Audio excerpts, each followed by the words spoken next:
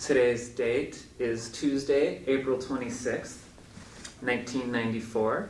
I am Eric Harper with the Oregon Holocaust Oral History Project.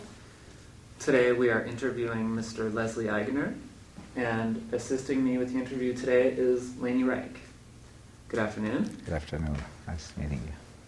I'd like to begin by you telling me your name, date, and place of birth, and if you can spell the place of your birth. My name is Leslie Aigner, born in 1929, June 3rd. And the place I born in Czechoslovakia is Nové Zámky. It's hard to spell. N-O-V-E-Z-A-M-K-Y.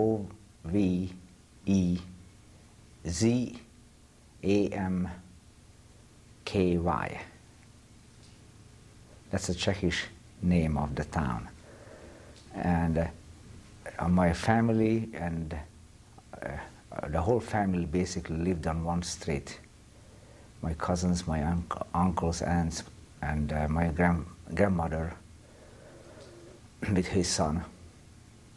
And they were Orthodox Jews, and we were a very close family. When it came to Passover dinner, there were 25, 30 of us, especially if we had out-of-town guests at the Passover table.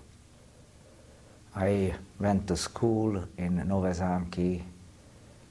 Later it turned to Hungarian town because that territory was attached in 1939 to Hungary. And it was Érsekújvár, the town name. Anyway, I was going to school and going to Talmud Torah too. It was, my mother and my grandmother was very religious, Orthodox, and we kept kosher house. And first time I really encountered anti-Semitism, it was in Érsekújvár, in Nové Zámky, when I was going to school. And coming home from school, I was chased and beaten many, many times, especially as the anti-Jewish sentiment rose by the Nazis' advancement. Can I back up for Sure. a minute? Can you tell me who lived in your house? In my house, we were 5 of us. Actually, it was a rented duplex where we lived by a farmhouse. We were my father, my mother, and my older sister. She was a year older, and my younger sister and myself. My younger sister was 9 years old. Well, it was not. Excuse me, I have to backtrack too. This was she born in 1935. So. 1939, she was only 4 years old, but when we were taken to Auschwitz, she was 9. And did your grandparents and other family live in this town too? Yeah, they all lived on the same street at that time. And my grandmother lived I never knew any of my other grandparents, only one grandmother, because I was too little when they died already and passed away. And so my grandmother lived with his older son in the same street, as I said. Were your parents born in this town? No, my father was born in another little town, a very small town, and my mother was born in another town. They somehow, when the family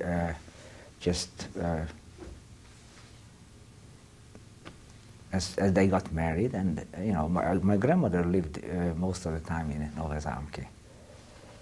But she wasn't born in there either, and so she was born in Czechoslovakia sometime. I don't know that town, but somehow the family got together. Most of the family, not the whole family, got together in this town, and we lived in one particular street. Then later on, we moved around in a town, but as I was growing up, a small child, we were living on the same street. Do you remember the name of that street? Hospital Street. Actually, it's Hospitalská ulica in Czechish. It's Hospital Street, basically. Do you remember what your grandparents did for a living? No, as I say, I just knew my grandmother. I don't know what my grandfather did, but my uncle who lived with her, he was an agricultural expert, and he worked in an office of that sort, with grains in the town, yeah. What was your family's means of support?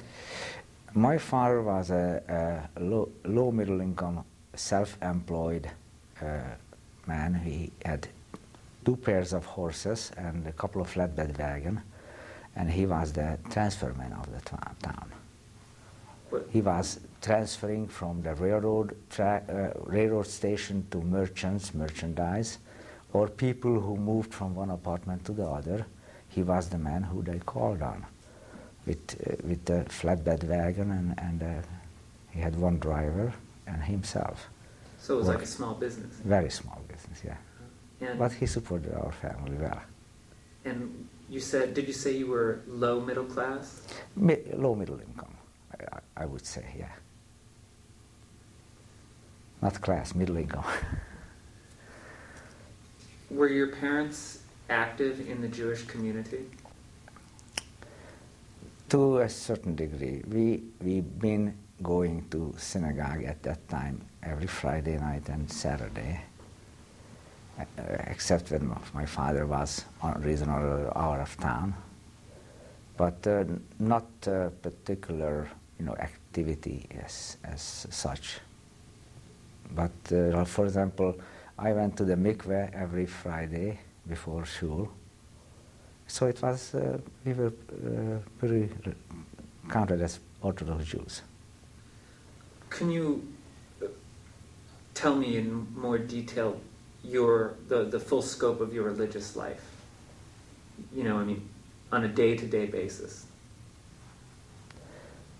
Well, as I was growing up, many times, not every morning, went to shul and used at that time, after I was bar mitzvah, I used the tefillin, and my father was a little bit more not as religious, but my mother kept a kosher house all the way to the end. Was your family involved in any secular communal activities, like politics or sports activities? No, not really. Not really. It was just within the family if they talked about politics. And actually, one of my uncle, he went to the rabbinical school and moved to Israel before I knew him. I don't remember him, but he disappeared in Israel in one of the fights. So we never heard of him after the war. Until then, my grandmother was getting letters from him. Were you involved in any youth groups or anything? I was involved after 1944, 45, when I came back from concentration camp with the Zionist movement. But before that? In Budapest, no. I was, well, when Czechoslovakia gave back the territory where I born in Nové Zámky to Hungary, the atrocities started already against the Jews. And I was, 1939, I was 10 years old. I was not involved in any Zionist movement. But in a synagogue, they had groups who came together, learning Hebrew, learning the Torah. That was my involvement as a Jewish boy at that time. Then 1939, I still finished my school living with my grandmother. In 1944, I moved to Budapest because my father's license in 1939 was taken away because the Hungarian Nazi party, the cross arrow, was getting stronger, and as soon as they reoccupied that part of Czechoslovakia that was attached to Hungary, his license was revoked. And so, being a small town, he couldn't get no employment, and he did the same thing like my wife's folks, moved to Budapest, and we settled in outskirts of Budapest. 1940, they've settled in 1943, a chapel in outskirts of Budapest. The chapel spells like C-S-E-P-E-L, and he got employment over there in a paper mill. Can I come back to Sure. your neighborhood a little bit? Sure. What would you say the population of the town you grew up in? Nové Zámky had about 28,000 population. And do you have any idea what the Jewish to non-Jewish mix was? Not really. I just can guess we had 2 synagogue, one Orthodox and one the more modern neologue, do we call that neologue? And probably 1,500 to 2,000. Just a wild guess. I can't remember. Really. In your neighborhood, was it a Jewish neighborhood? No, there was no such things in Nové Zámky as Jewish, really Jewish neighborhood. We were scattered around the town. And there was Jewish get-togethers, naturally, holidays and all that. And presentations, sometimes speeches and stuff like that. We went to, my folks went, many of them, not all of them, but many of them. And were you friendly with your non-Jewish neighbors? Well, with most of them, yes. But there always were some who resented being friendly with Jews. As I say, when I was first experience really anti-Semitism, when I started to go to school, and on the streets, it was a Jewish school where I was going. And for the first 3 years I was learning Czechish, even though most of the town is Hungarian. So when we went to school, when we left the school, we were talking Hungarian on the next corner. But in the school we had to speak Czechish at the time. Then 1939 it turned around, and my folks wanted me to finish school there, so I stayed till 1943, even though they moved in 1939 to Budapest. So you started school in a Jewish school? Yeah.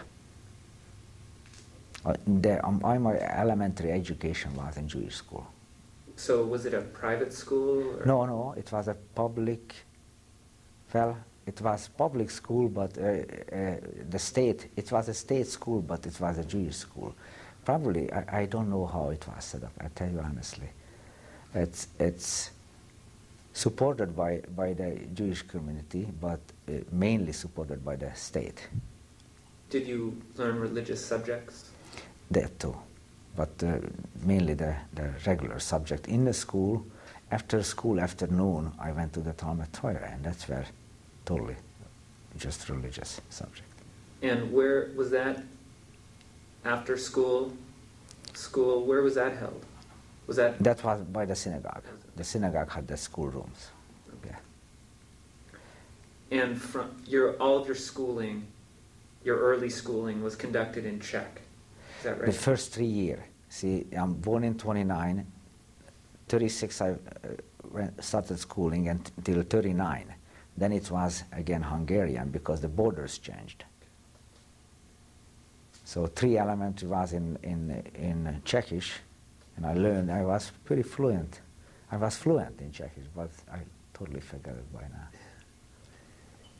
now. Overall, would you say the relations between Jews and Gentiles in your town was good? Was good till 1939. Very sparsely were anti-Jewish happenings in town. But after that, the Hungarian Nazi party, the cross arrow, took over and intimidated us. Before that, do you remember ever hearing of Adolf Hitler? I did, because my folks were talking about it. When Adolf Hitler came to rule, and when it was in 1937-38 when I was able to grasp anything they were talking about, and many times they sent me aside because after 1939 even that was dangerous to talk about politics. And so they didn't want me to blabber something outside the house. Do you think your family was concerned? I'm talking before 1939 now. Before 1939 it was, I think my family was pretty settled, and they were content with their situation. After 1939 things started changing rapidly. Actually my father looked into leaving the country, but he didn't have the means to take the whole family. Do you remember ever meeting any refugees from Germany or Austria? No, not really. The only refugees we saw, after 1939, was Polish refugees, and I don't know how it was some kind of a conflict between the Polish and Hungarian Nazis. I don't know. There were some refugees showing up or prisoners showing up in Hungary, as I recall vaguely. So, why don't you tell me when things started changing and how exactly things started changing? Well, in 1939 my life started to change because my father's business license were taken away, and in order to make living, he moved his family, actually my mother, my older sister and my younger sister, to outskirts of Budapest. And I stayed behind because I said, well, you better finish your schooling, and I just took my sisters along. So where did you stay? I stayed with my grandmother till 1943. Then I finished my 8th grade elementary education, then I moved out to Budapest. And then, things started changing rapidly. End of 1943, we had to start wearing the yellow star. Jews couldn't go with the yellow star to higher education, and many public places were out for us, closed for us. And so when I moved out to Budapest, my father took me to learn a trade. So in the morning hours I was going to trade school, and in the afternoon I was doing the shop work. Between 1939 and your move to Budapest, yeah, what was life like for you? Was there? That's a little. Yeah, go ahead. Sorry. Well, I was just going to ask: was there any anti-Jewish legislation at this time? Because the war was going on. Not till 1939. Czechoslovakia was a republic, and it was fair. We weren't discriminated as much. There were anti-Semitism, but it's not very vaguely till 1939. But when the Hungarians took over, then it really started changing. There was a lot of talk. I remember my uncle and aunt and grandma talking about the Hitler and the Nazi advancement of Hitler in Nazism advancing in Germany, and they heard about atrocities. As I say, I wasn't supposed to hear these things at the time. Were you afraid for your personal safety in those years? Not as much until 1939. No, we were fairly treated. Basically, most people were okay, but still, it was some anti-Semitism always around us. Mm-hmm. Now, I'm interested in understanding in the years between 1939 and 1943, when you stayed back to go to school. Now that time it increased. the intensity of anti-Semitism, and that's when I really were, as I said, chased and beaten many times, going to school or going any place if I was alone. So we grouped up many times, and we kind of walked each other home. And it was some atrocity during that time against the synagogue, broken windows and stuff like that. So it started to intensify, definitely, because of the Hungarian Nazi Party was getting stronger, and we were getting helping hand from the German Nazis. Did you hear anything about what was going on in Poland? As I say, I was very young and just very vaguely here and there. There was 1940, between 43 and 44. It was nothing major going on, basically. We didn't hear about Auschwitz and things like that in Poland, no. So you had no idea what was happening to the Jews in other parts of Europe? No. No. So that's my know-how, but I don't know how much that my folks know, because I know my father, 1939 on, he was deliberating on leaving the country. Where did he want to go?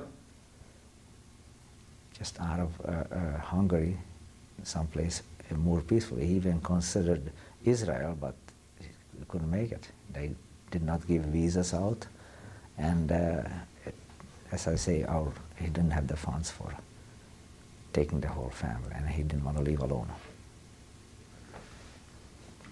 So you decided to join your parents then? Yes, in 1943, and that's when I started trade school. Where was it, a state school? The trade school was a state school, and then a private a small factory. I worked as a machinist, learning the machinist trade. And you know, this it really started the anti-Semitism and all that, because of we had to start wearing end of 19. I went home to Budapest after school, June of 1943, and end of 1943 we were ordered to start wearing the yellow star. My father was ordered into the forced labor camp, and so my sister went to work for the paper mill. She was at that time 15, almost 16 years old, so she started supporting. Beside, the state called in my father for forced labor camp, and there was some kind of a relief for the family. So I have letters when my mother wrote to my father to the work camp that you should talk to your commandant that you have three children. So the relief money would be according to how many children you have. And that is written Hungarian, so I don't know what good it will be for your exhibit. When your family had moved to the outskirts of Budapest, were you involved in a synagogue then? Yes, in chapel, yes. I was. We were going to synagogue. There was a small synagogue, a small community, but not as often anymore, because you know, you didn't want it to be out in the evening hours. And if we went to the earlier services, but not as often anymore.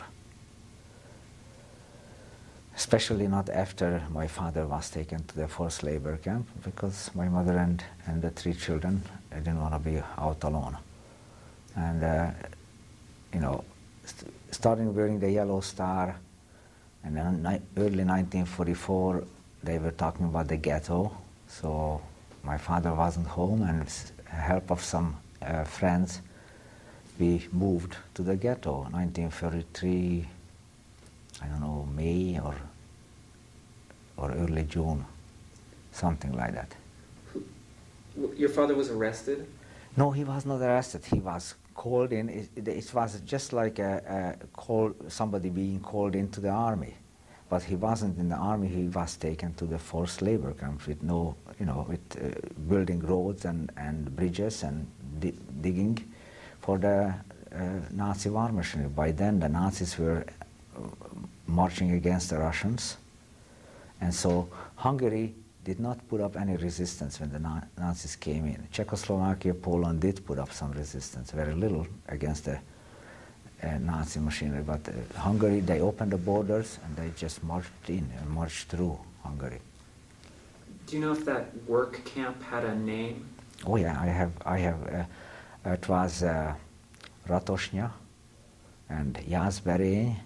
Depend on where he was. I have 5 letters which is readable. The others we have a dozen of them, or a couple of dozen, but I bought 5 of them which were written by with ink, and so it's still legible. But the others it's hard to read, very hard to read. And I have the letters. Actually, my sister wrote to my father I think the last letters I have, and she wrote it from the paper mill where she worked, because when we were supposed to go into the ghetto in Chapel, she was working in a paper mill. She had to move into the paper mill because they kept the Jewish workers. Evidently, they knew what's coming, and they wanted to keep the Jewish workers, and they made a barrack arrangement for them, and she had to live in the barracks of the paper mill within the compound. And so just 3 of us moved into the ghetto. My sister had chance to come out to visit on the weekends, but she had to go back by Monday morning to the paper mill and live there all week. Did you have to go to the ghetto before the Germans invaded Hungary or after? After. Can you describe the German invasion? What happened? Do you remember? I just heard my mother saying that the Germans are here. They were marching through the street. And they were, mainly Budapest, actually. The little town did not have any details from the Germans, but they were in Budapest, and they were all around. The German, they had some headquarters someplace, and so they were visible all over the town, basically. You saw them? I saw them too, yeah. I was going to work, school and work, with the yellow star on my chest, and I was, kind of turning around and away from them when I walking and being on the streetcar, for example. And it was just a bad experience. This may sound like a strange question, but wearing the star, what was your reaction to having to wear the star? Like marked, and everybody just looked at you, and you were known. But the thing is, I don't know if you heard about it. It was in Czechoslovakia or in Hungary that you born and your birth certificate, it says you Jew. And if you moved from one apartment to the next one, next street or next town, or change house address anyway, within 48 hours you have to report in a police station with filling up a form, and the 3rd or 4th question was, what's your religion? So they knew all the time where you are and who you are. And so not wearing the yellow star, especially if you look Jewish, the way they say, many, many times, they just pulled into the doorways, people, and wanted documents if they were suspicious. Did you see Jews, or did this happen to you? Were you beaten up by the Germans, or harassed on the street, or humiliated? It's been many, many times it happened. Even the Hungarians, there was such a big anti-Semitism, they kind of laughed at you wearing the yellow star if they didn't do any atrocities. They pointed at you.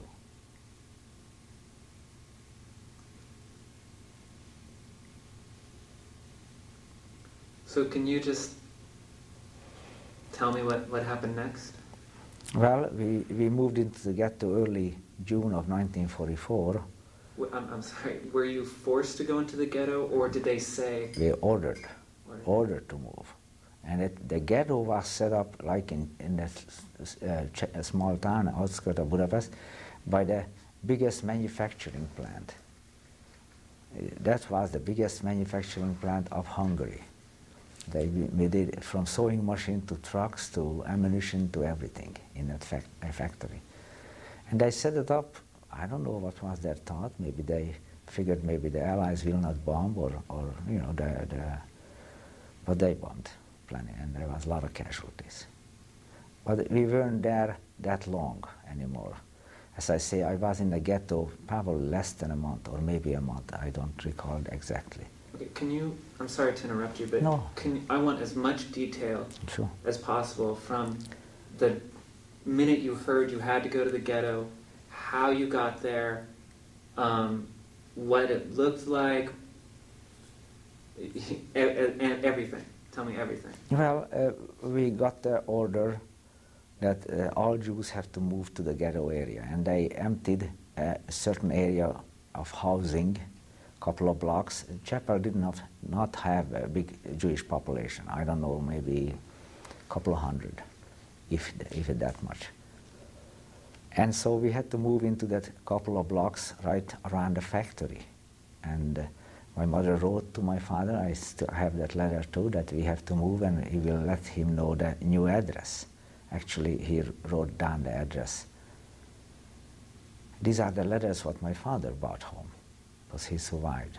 He escaped to the Russian side, and as the Nazis was retreating, he came home that way. And so we had to move, and we had a friend who my father worked, a Gentile friend, who my father worked in a paper mill, and he was working, distributing paper goods for the businesses with a flatbed wagon. At that time, there were not too many trucks were rolling, and so he helped us moving into the ghetto. And we settled in.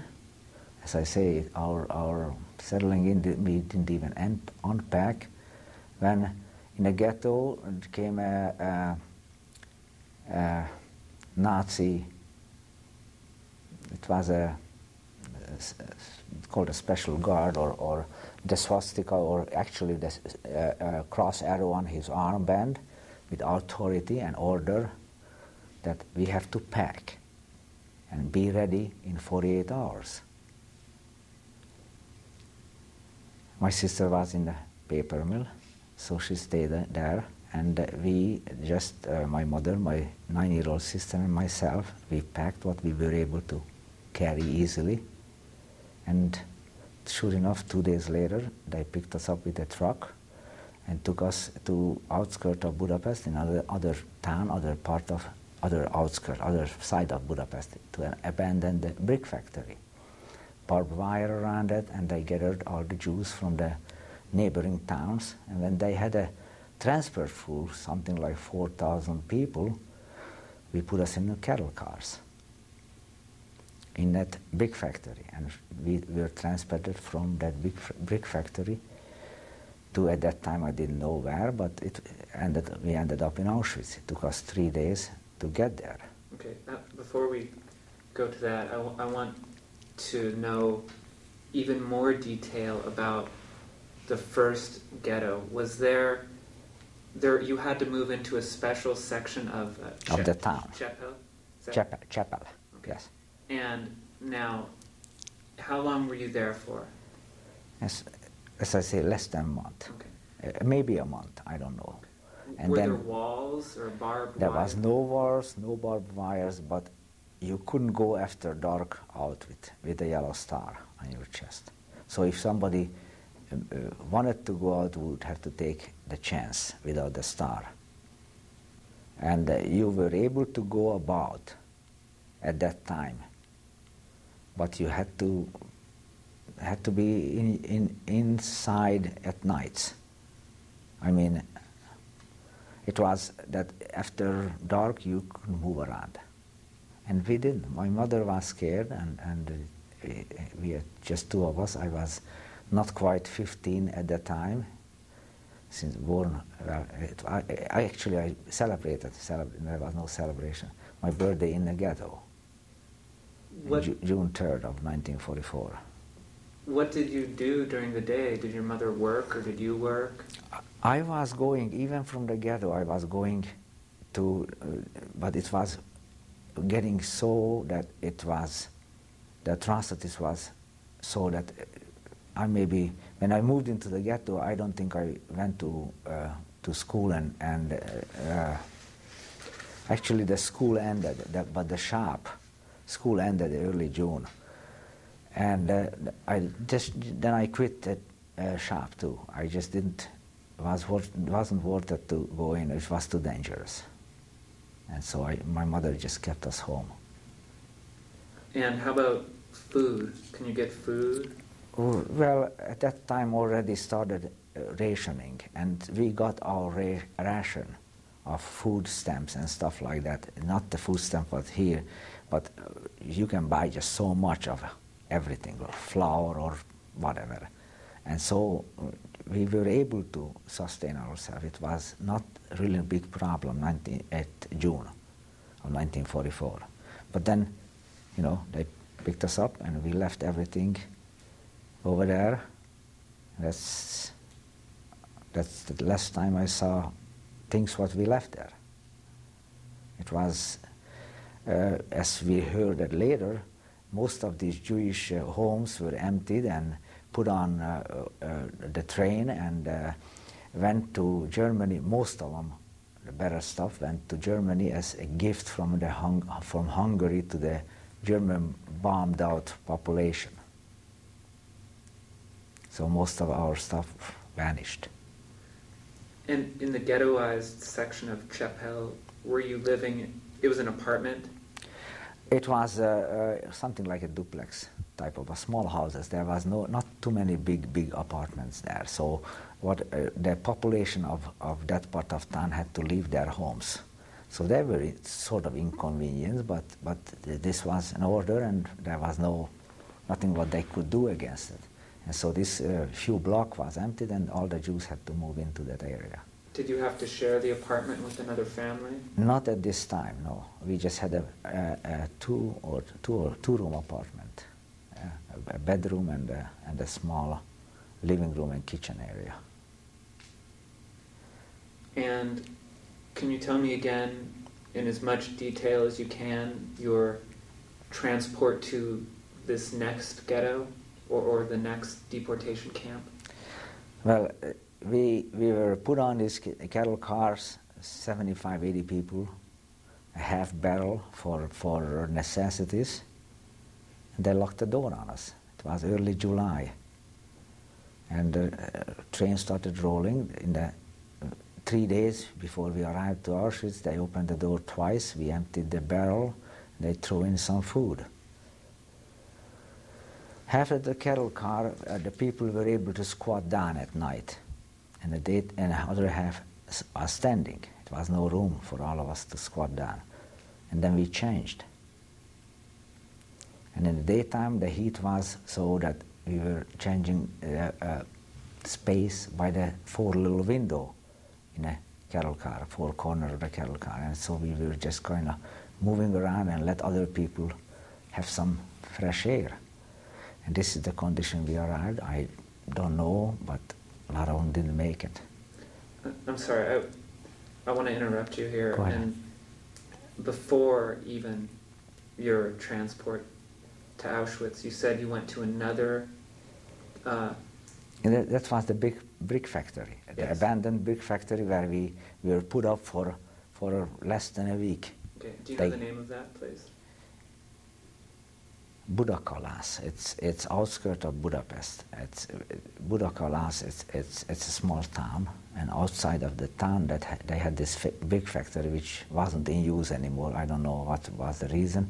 It wasn't in use. The only thing had the A-frame covers and the oven area, and there were people scattered all over just with a few blankets, families huddled together, and waiting for and they were distributing some food, naturally.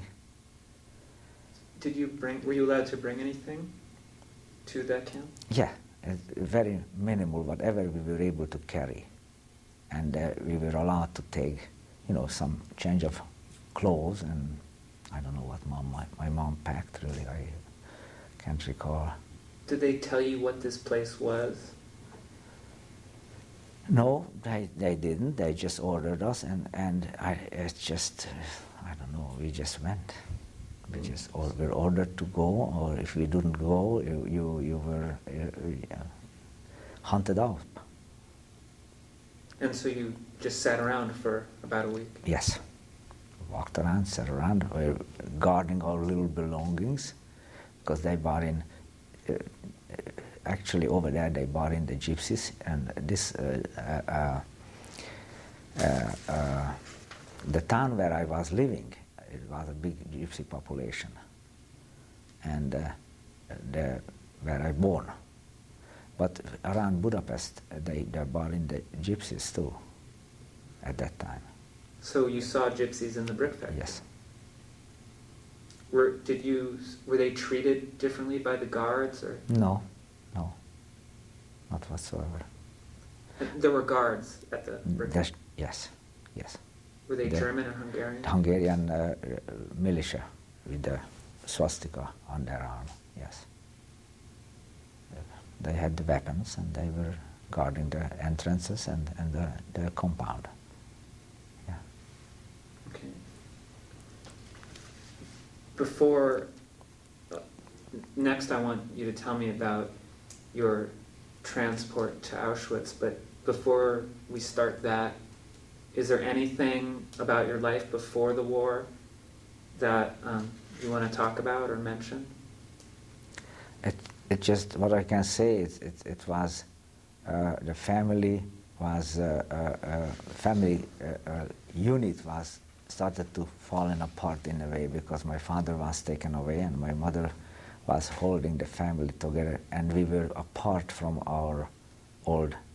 Most of my uncles and aunts stayed in Érsek, Nové Zámki, in the town where I born, and my grandma stayed there. So we were kind of new in this whole in the town, and we made some Jewish friends, and that's all we had, really. Were you in contact with your grandmother? And yes, by writing letters, yes, all the time. And do you know what their situation was like? I can't recall anything of it. I know my mother was writing that they had to move into a certain area of the town. They were going through the same thing like we did. But I didn't hear any specifics. Do you recall, while this was going on, being scared? Oh, definitely. Wearing the yellow star made me, different, marked, and forced into going to the brick factory with a truck. They moved us. They stopped at every house and they counted the people. They knew everybody, how many people has to be there. They put us on a truck and transported to this brick factory. And then the waiting over there, the yelling of the guards, and you couldn't go close to the fence, naturally. And just distributing the meal, it was dehumanizing. It was a condition that we were lining up for meals for hours to get something. My mother was so kosher, she took a bottle of oil and some bread, and that's what she was eating till we got to Auschwitz. She didn't want to eat any of the stuff what they gave us. What sort of religious observance was there in the ghetto, and was there any in the brick factory? In a ghetto, the shul was still open, and we would been able to go there. There was a lot. Every week, as it was passing, it was less and less people coming to the shul. And so it was so that going to the shul, it was dangerous because some anti-Semite groups were checking us out. Or they were actually around there and to harass us constantly. Did you celebrate Shabbat in your house? Yes, my mother had the candle lit every Friday night. Was there a Shabbat in the brick factory? No, nothing like that. And some of the people I saw, they were praying. They had their prayer book and tefillahs. They're doing it, but not organized. No. Do you want to take a break now? It's fine. No. Not necessarily. Okay. I have a little sip of water. So, I'd like you to describe for me in as much detail your deportation to Auschwitz. As I said, we were put into, as 75, 80 people to a cattle car, and I described already how we were transported. Arriving to Auschwitz, it was first part of July. I don't know, probably close to 9th or 10th of July. I don't know the exact date. We were ordered out of the cattle cars, and there were these capos, which some of them were in a striped suit already, and they were ordering us and separating the older people, women and children, to a group, and the men in one group. I was put into the men's group, and we had to line up in front of Dr. Mengele, the chief medical officer in Auschwitz, and he was selecting us right or left, and whoever went to the right went to the gas chamber right away. That's where I saw my mother and my little sister last time. My mother turned away and didn't want to see me going. My little sister waved for me vaguely. I was led into the camp where we had the sign of the camp, probably heard about it already. Arbeit macht frei. Your labor will free you. Which was not true. And we were led into this camp. This camp, as I learned later, was a Polish military camp and the barracks was built for horses, for stalls. And in the stalls were put up banks, 4 high, bunk beds, 4 high, and we were 8, 10 of us sleeping with a blanket on the banks. And when we were let in, we were ordered to, they cut our hair off and gave us a striped uniform, gray and blue cotton uniform.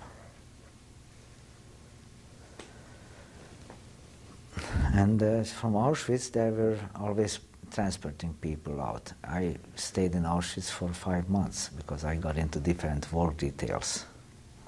And I worked in Auschwitz. One of them was working in the kitchen. And so that's why I stayed for 5 months. Most people didn't stay 5 or more months in Auschwitz.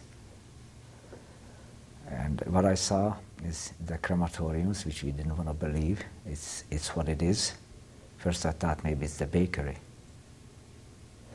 The chimneys were burning day and night, and the burning human body stench was always around us.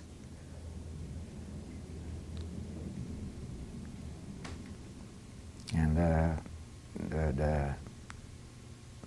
we were constantly ordered around we had to stand up for counting in the morning for a couple of hours. And they were head counts, and that was going on till the winter months too. The head counts, early morning, standing out. And we were backing against the barrack, and we were changing in the winter months. We were changing the first man off always, so he can warm up. We were against each other, our body before the commandant or the SS officer came around for the counting. And then, for example, it was so dehumanizing the conditions that, for example, when we were lining up for food, the first man got a pot in his hand, and they counted down 5 or 8 or 10 ladles of soup, and they counted down so many person. And we were sitting around that pot, each of us a spoon in our hand, and we were eating 1 spoon at a time until it lasted. Very fast we discovered that food meant life, and we were watching each other as hawks. So the food will be dispersed evenly. Another thing I saw in Auschwitz, the next encampment to us was the Russian prisoners of war. The Nazis didn't believe in the Geneva Conference of handling prisoners of war, so they were sent to the concentration camp of Auschwitz. Many of them were flyers, and they were working out on a field somewhere. I saw them marching out every day to dismantle damaged planes for the Nazi Air Force. And one of these days, 5 of them escaped. They shot 2 of them, they brought all of them back within a day and a half. And the other 3 was hanged in a place, visible from both sides of the encampment, with a board on their chest. I escaped, here I am again. It was in German. This is what I was told, the translation is. On the other side of my encampment were the twins' encampment. They were from child to adults, all the twins. Mengele selected that out, and they were doing experiment on it. So we were talking through the border, the barbed wire. They told us horrible things, what kind of experience are doing on them. But just vaguely, because we couldn't even approach the barbed wire too close. I just saw them every day going down in their physical condition and then disappearing, the people who I talked to. Because you approach the barbed wire too close, the guards were shooting. It was like open season on us. And in another episode, this is the thing which stuck in my mind because it was extreme. The daily beating by the capos who were wearing the yellow, the blue and gray striped uniform like us, but they were capos. They were the capos were put up from the ranks of the criminals. The Nazis did not have prisons at that time already.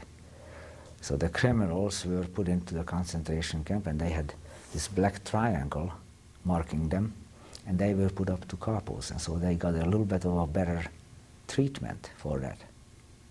And so they did their job as brutally as they were ordered to.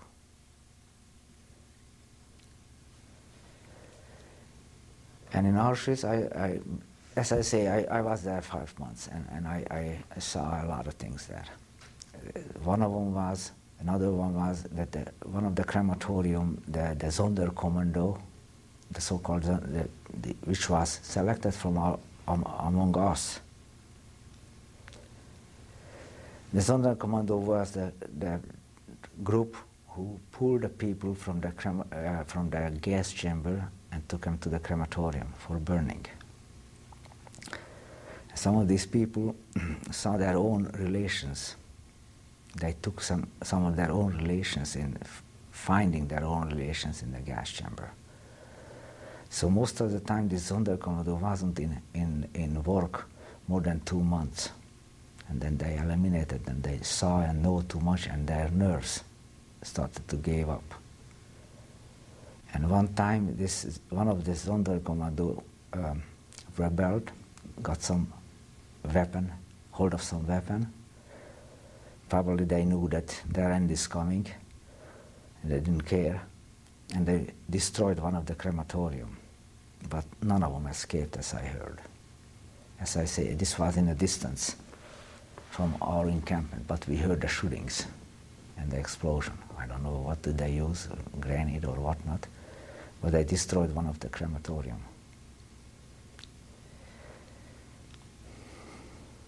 And after this, one occasion I was in the work detail taking out the barrels from the barrack. At night we couldn't leave the barracks. We put it in a small wagon, these barrels, and had to take it out to the field,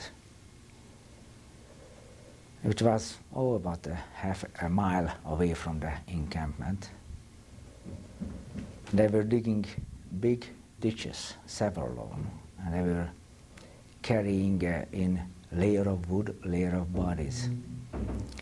The Nazis were missing that one crematorium. I think there was 4 crematorium working in Auschwitz, and they were not enough. The 3 crematorium, the remaining 3. They were carrying bodies into these ditches, what they dug, and they did open pit burning, dosed it with gasoline, and till I saw this, what they were doing one time, as I say, I was taking out these barrels. And then after that I thought I was the luckiest man. I was ordered to work on the kitchen. Started working in the kitchen. I thought maybe closer to food, I can sustain myself. The hunger was always around us.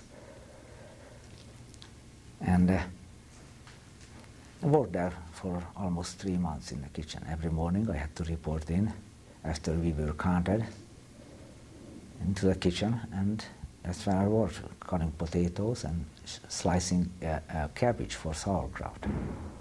So I was able to eat all the raw potato and cabbage I can master down. And one occasion I was working in the kitchen, a German SS guard yelled, "Shut up," and I didn't hear it. I was talking to the next fellow, and he threw a pitchfork at me. It went through my ankle.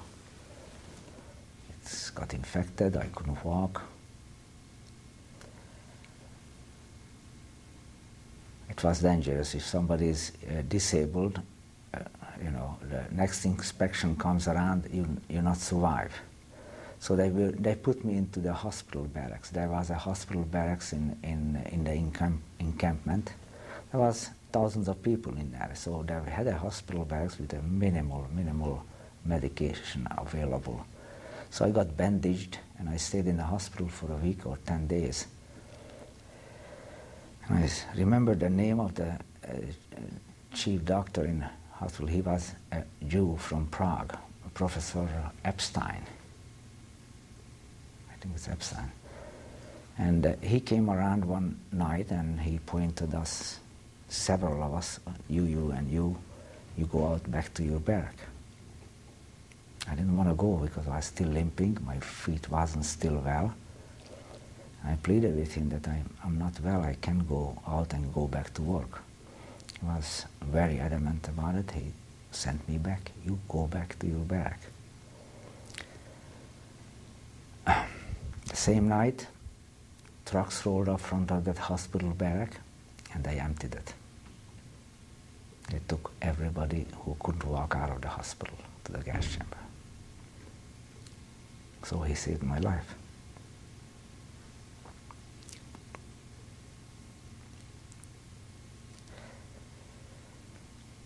So I went back to the barrack, and I couldn't go still to work because I was limping. And I was just horrified for the next inspection, because from Auschwitz, if somebody didn't have a job inside the encampment, had to go out with a transport to deep into Germany to man the factories, as we later learned. I couldn't go front of Mengele for inspection because I still was limping. And they were selecting a transport. They were selecting transport every so often. When the camp was full, then they selected the transport and it went out. It was a couple of times a week, as I say. If you didn't have a job, then you went into the transports. So I decided with my limping, I can't stay around. That was my idea. I saved up a couple of portions of my bread, and when they were at transport selected, I approached one of the young men if he would want to change with me. The only difference between us in Auschwitz and the outgoing transport was that they got a flannel uniform, blue and gray, striped. It must have been end of November or so they were getting flannel uniform, warmer uniform. They had their numbers sewed on their chest and they were tattooed. And so I approached this young man with my 2 portions of bread. If he want to change suit with me because of my condition, I cannot go into inspection and I have to get away from here. He agreed. He took the bread and he said, well, I would have changed you anyway, but with the bread it's better yet. My father is here and I want to stay here in Auschwitz. So this is how I got into the transport, and I was transported again with cattle cars out of Auschwitz to Landsberg. I'd like to interrupt you. Sure, go ahead. I want to go back and get some more detail on what you just told me. Okay. Do you remember your first impressions when you arrived at Auschwitz? Well, it was barbed wire all around us. Even when we were going into the encampment, the road, both sides, were all these encampments, and it was dismal. We saw the towers with the machine gun guards on the corners of the encampments. It was just, we were horrified. Maybe, I don't know, I probably didn't grasp the intensity of the situation. Being just 15 years old, I was between older people, I call older people 35 and maybe 40-ish, 45.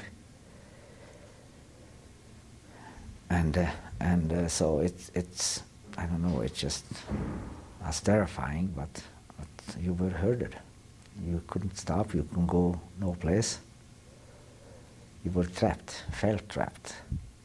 Matter of fact, in Auschwitz, I saw many, many times people, we're not supposed to get out of the barrack at night in dark. In the morning, we go out, and countless times, people against the barbed wire, holding the electric, because at night it was electricity turned on. I don't think it was electricity in the daytime, but at night it was electrified. And there was countless time I saw people hanging on to the electric barbed wire, killing themselves. So this is how it was, the condition. It was inhuman and terrible. Were you with your mother and sister in the transport to Auschwitz in the cattle car? Yes, always. We huddled together. We didn't let each other go, even for a few meters. And your arrival, you were immediately separated? Immediately. Man has to go separate, and women and children And as we find out, the oldsters were separated right away. And do you know what happened to them? Did they go to the gas chamber? I'm quite sure that's what happened. I don't know. I didn't see it. I was just told at first time. I just didn't want to believe it that those are crematoriums when we were in the camp. But it sunk in later. When you were separated, that was the last time you saw them? That's when I saw them last time. Do you remember, what did Mengele look like?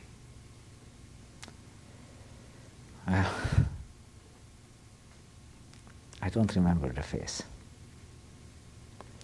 Was he wearing a uniform? He was in uniform, yes.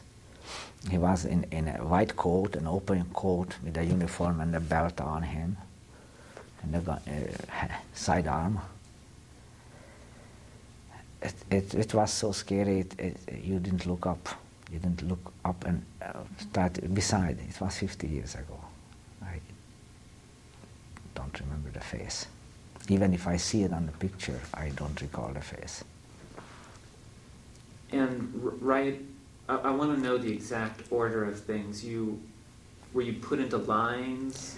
Right away we were out, and then these people were selecting out right away these couples. They had a stick in their hand, and my mother spoke German. And when they yelled out that the woman and children one side and the man on the other side, my mother sent me right away in the men's line. You have to go there because the woman and children has to stay here.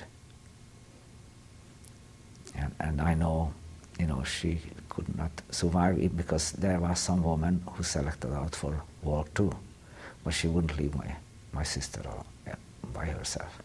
So I know she was taken to the gas chamber at that point. About how long were you standing out there in the first selection process? It was very fast. It must have been 4,000 people who arrived or something like that. I don't know.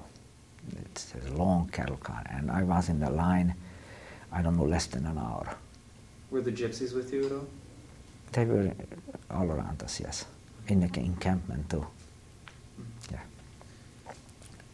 So were you standing at this time with just Hungarians? Yes. Yeah. And where did they take you to right away?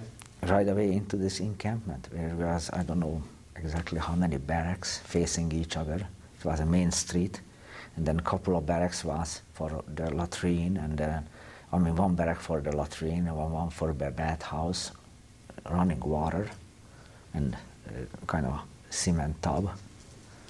So that's where we were able to go to wash off in the morning. And when they took all our clothing right away before we got into this encampment. They took us to a place we had to unrobe, and they gave us the striped uniform.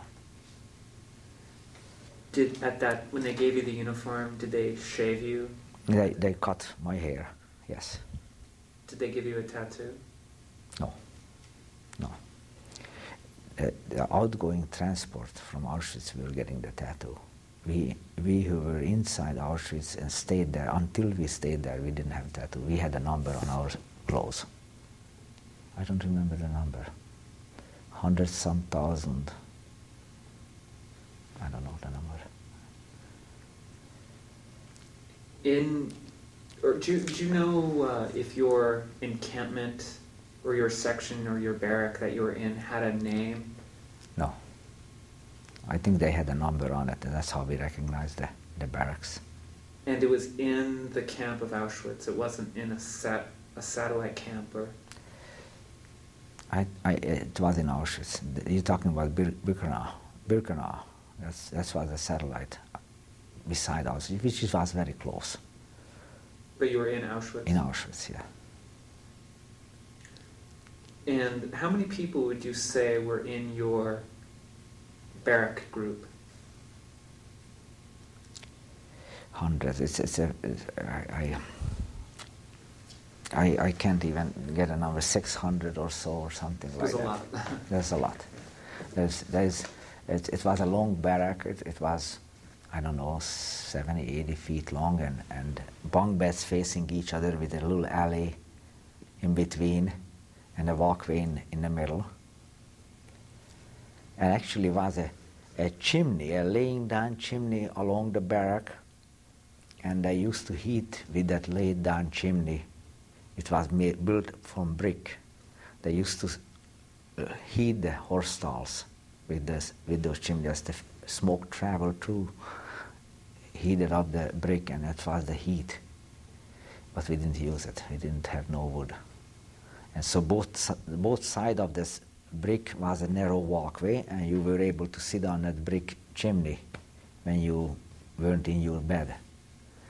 But see, if we all stood up, we had to came out of the little walkway from the bunk beds, because there was 4 high. It was 40, 50, 60 people in one of these little between the bank and between the bunk beds. So there would have to be 40, 50 people coming down, or 60 people, I don't know exactly, 8, 10 people on the level, 4 times on each side. That's 8 times. That's 60, 70, 80 people. In your barrack, who were the people? Were they all Hungarians, or were they all your age? Can you tell At first, but then as transport were going out, it were getting mixed. They were bringing in Polish, Romanians, from all over Europe as the Nazis advanced, and they started bringing in. So later it was mixed. As I say, I stayed too long in Auschwitz, from July till November or so, and maybe early December, I don't know. And it's ironic, I don't know what it would have been, but Auschwitz was, I think, liberated in 45 January. So I just left Auschwitz a few months before liberation by the Russians. But I don't know what happened, who stayed there, or what would have happened with me if I stayed there. When you say it was mixed, were they Jews from other countries, or? Mainly Jews. But then, as I said, it was the criminals, it was the gays from Germany, and political prisoners from all over France. So it was, later on it was that I hardly were able to talk to, just a few people who I knew. And even though I don't know them by name anymore, I don't remember. Would you say they were friends? Were you friends? We were friends, but everybody were looking out for themselves, especially when it come to food. Did you have a circle of friends or a support group that maybe you helped each other look out for each other? We all looked out for each other in a way. Like, for example, if a couple or a guard came around, we warned each other. He's coming, watch out. But no, I didn't have a group of friends. As I say, after the first month, all the people, besides being taken from chapel, even with the Jews who were around me, were strangers, most of them. And not all of them came with the same transport, for example, from chapel. They were picked up different times. On the bunks in the barracks, did you have an assigned place every night? Did you have to go back to the same? Yes, yeah.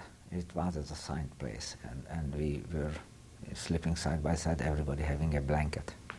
Did you know the men next to you or above you or below you? Yes, vaguely, as I say. It was just temporary. I did not have my personal friends there, and so I become really a loner. It was that we kept friendship without names. Like one of the older fellow, when one time I was washing, gave me his shaver. You better shave off your fuzz from your face so you look older. Because I was, 15 years old. You have a better chance. and I use his shaver, so I have some whiskers growing. That's when I shaved first. There was some camaraderie, but it was such a horrible situation that we just didn't build friendship there. At least I didn't. As I say, I was a loner. It was survival from day to day. Did you notice, was there a difference in how different prisoners were treated? For example, were you treated the same way as the political prisoners, or did you notice a difference in Auschwitz, it really didn't matter. You were in concentration camp inmate, and you were ordered to move, you were ordered to stop or stand. It did not make any difference of any.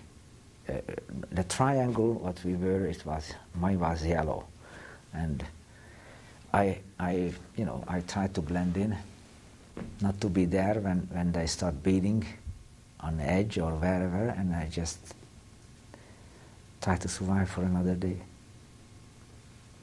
Did you see people being beaten in front of you? Yes, many times. Many times. It scared me. And I'll be the next one. And I've been beaten many times, but survived. It wasn't a true beating. I got hit several times. I was on a work detail, didn't move the way he liked it. And so it's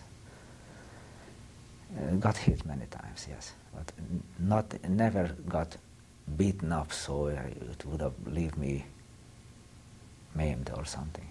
No.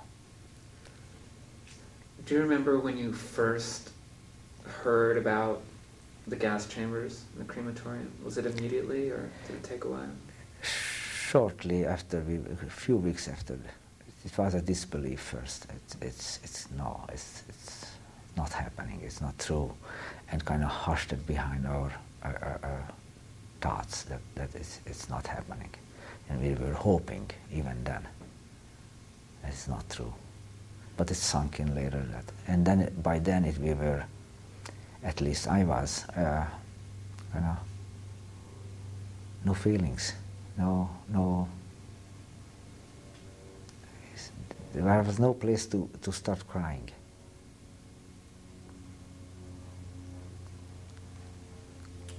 How about religious observance? Was there any? I did not notice any. There might have been, but no, I did not myself, no. Did you ever have a discussion about religion with anyone? Not that I recall. We just were, if we were talking, we were questioning why us.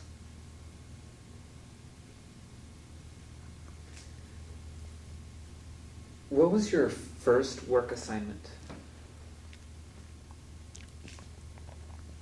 That was the work detail. I was taking out the barrels every morning, pushing the flat wagon, and then cleaning the camp area.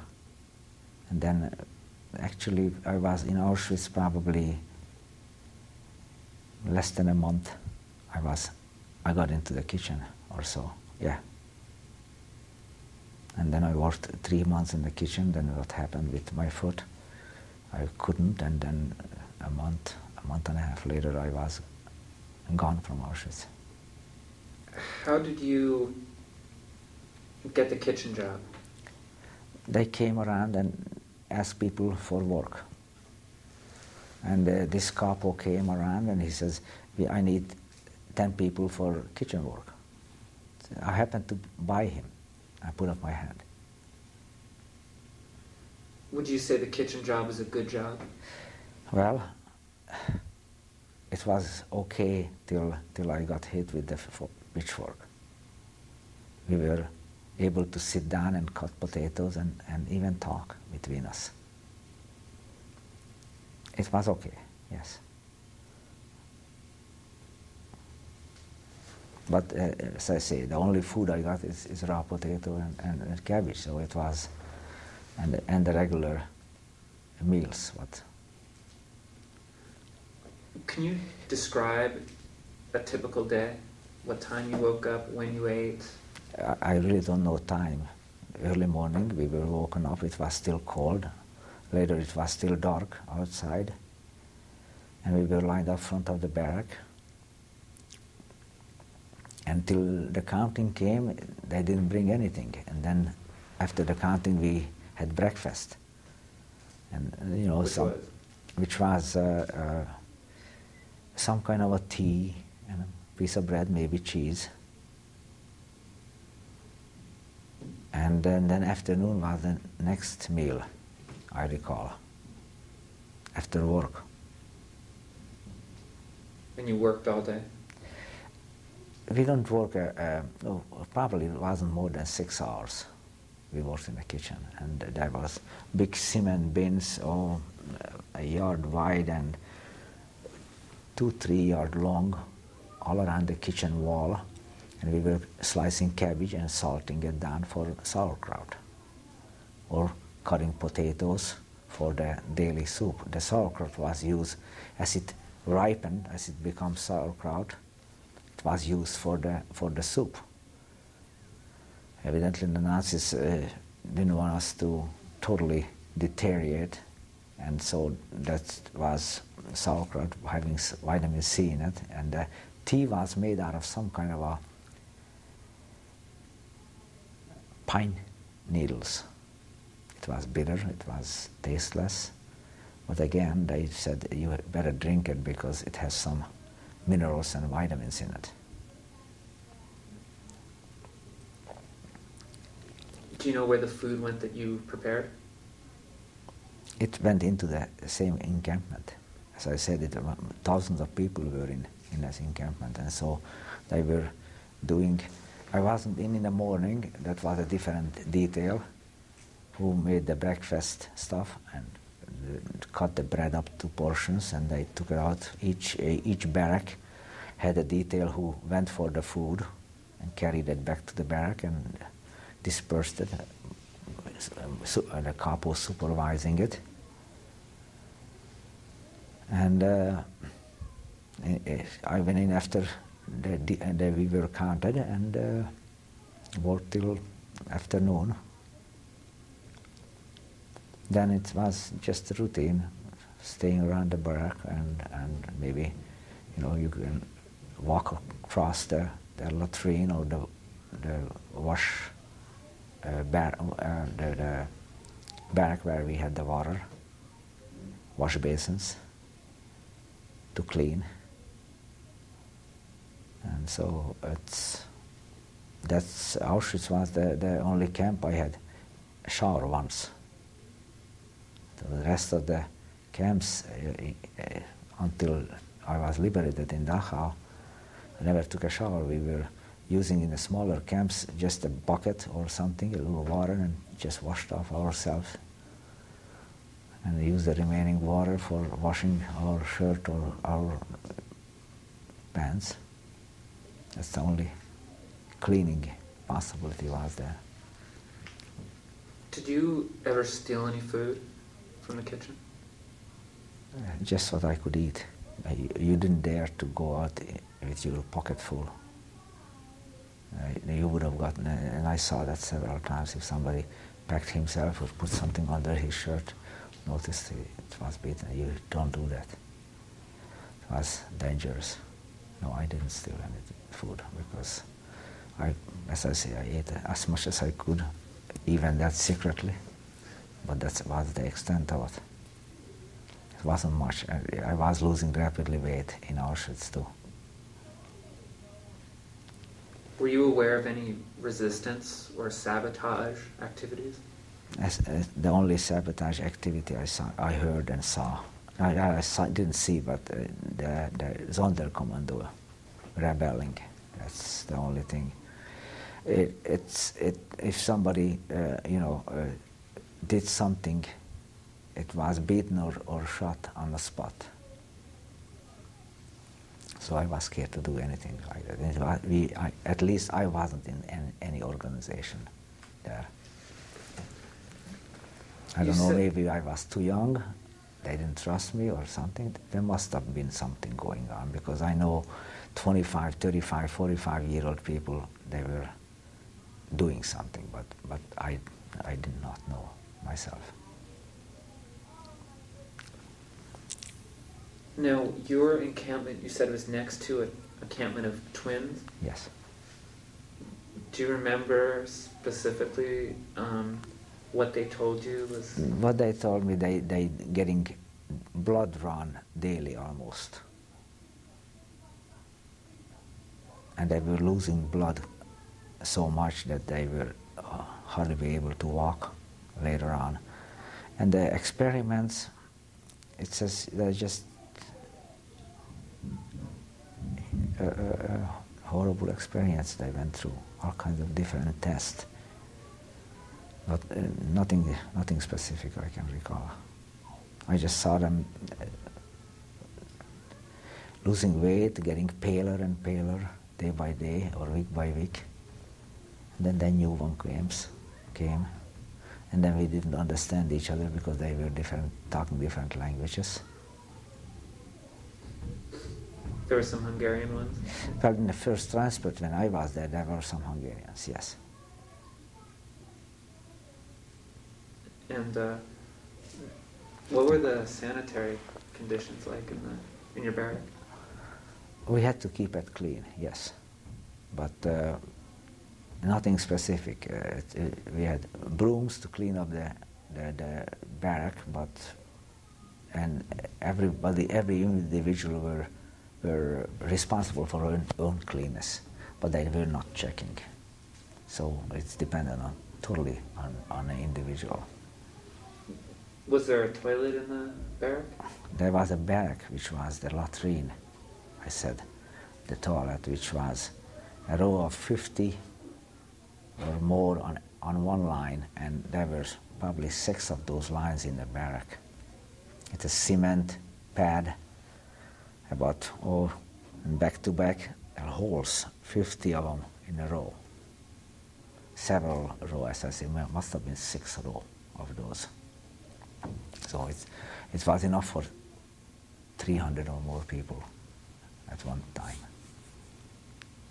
So you can imagine it's just, we were like no humans, in animalic condition. It was handled like animals, herded like animals.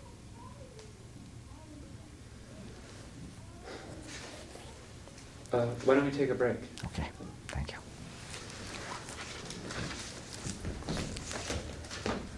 The bathroom's right across the hall. Thank you. Yeah, let's, I wonder, did you pick up all this time? Because I can't hardly hear anything.